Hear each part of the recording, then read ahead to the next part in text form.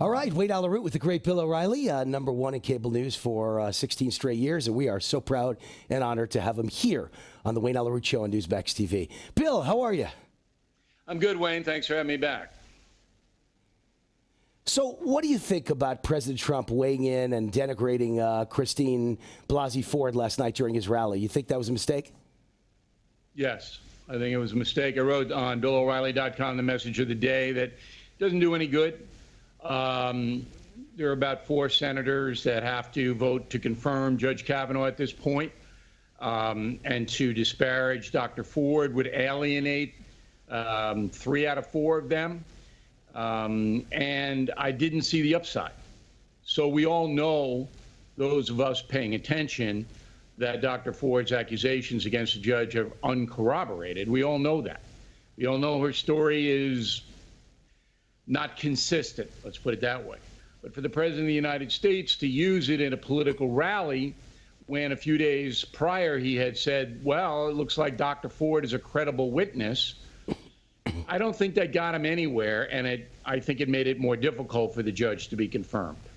All right, and the idea that the FBI report is wrapping up today or so, theoretically, if it's wrapped up, they're saying now it'll be confidential. First, Dianne Feinstein said it yesterday. Mitch McConnell said it today.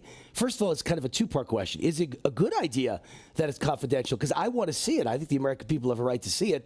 But number two, can you ever maintain confidentiality anyway, being that everything in the Trump administration, everything they do seems to get leaked by his enemies. So it's going to get leaked anyway, I would guess. Yeah, this will be leaked about 35 seconds after the senators get it. But the problem with it is that it'll be selective leaks. So the Democrats will put out anything negative on Kavanaugh, and the Republicans will put out anything negative on the accusers. Okay, so you'll get selective leaks. But I fully expect within a few hours of the Senate receiving the FBI report, and that should come late this afternoon or this evening, that most of it will be out. All right, and Christine Ford's boyfriend had some explosive allegations yesterday. I read them all, and it certainly impugns her integrity, and yet we've heard nothing about it, it seems like, for the FBI investigation. Doesn't seem to be given any media attention, only a conservative media. Your thoughts? You know, it's a horrible situation. I led with the story on BillO'Reilly.com. Not to say that the former boyfriend of Dr. Ford is telling the truth. I don't know whether he's telling the truth. And his account has now been refuted by a woman he names. But the fact that the network morning shows don't even mention it, when every single thing against Judge Kavanaugh is blown up by these morning shows. Forget the evening news. We all know they're not going to report on it. Forget MSNBC and CNN. They didn't report on it. We all know the fix is in there. But the morning shows, that's really egregious, and it has to come, Wayne, from the top. It has to come from the news divisions at CBS, NBC, and ABC. Every morning I listen to CBS Radio World News Roundup. I'll tell you what, every single anti-Trump accusation, anti-Kavanaugh, everyone is on that broadcast. This didn't mention it. So it's dishonest. Yeah. I don't have to convince any of your listeners or you that we're living in a time where the press corruption is harming the nation. And you know what's frustrating is we can't do anything about it except tell the truth on our respective broadcasts, which I do and you do.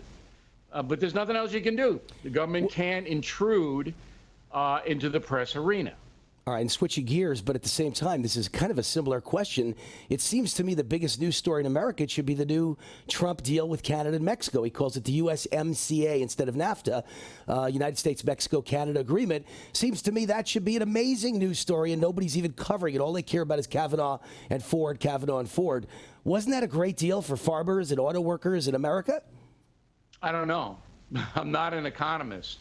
I think it's good, but I can't say with any certainty that it is.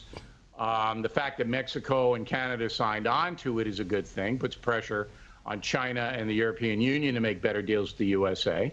But it's, look, Wayne, we're in a ratings-driven business.